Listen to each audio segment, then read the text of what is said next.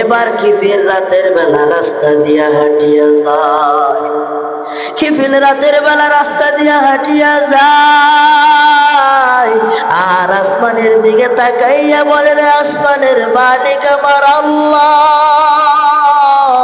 ওই নারী যদি আপনি আল্লাহরে এত ভয় পায়, আমি কিফিল তো জীবনে কম অপরাধ করি নাই,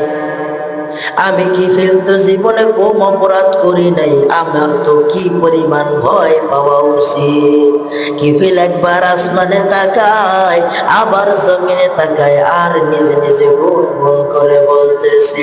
ওই নারী যদি একটা অপরাধের কারণে এই পরিমাণ ভয় পায়, আমি কিফিলকেও তো আল্লাহর কাঠ গড়ায় দাঁড়াইতে হবে, আমি কিফিল কি নিয়ে দাঁড়াইব, আমার জীবনে তো গুনাহ ছাড়া আর কিছু নাই। এবার কিফিল হাঁটতেছে,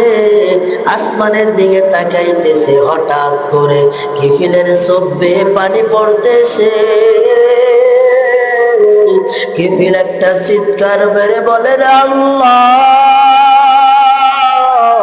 জীবনে আমি কিফিল কম অপরাধ করি নাই, আজকে আমি আপনার কাছে তওবা করতেছি, আয় আল্লাহ জীবনে আর অপরাধ করব না, আপনি আমাকে মাফ করে দেন।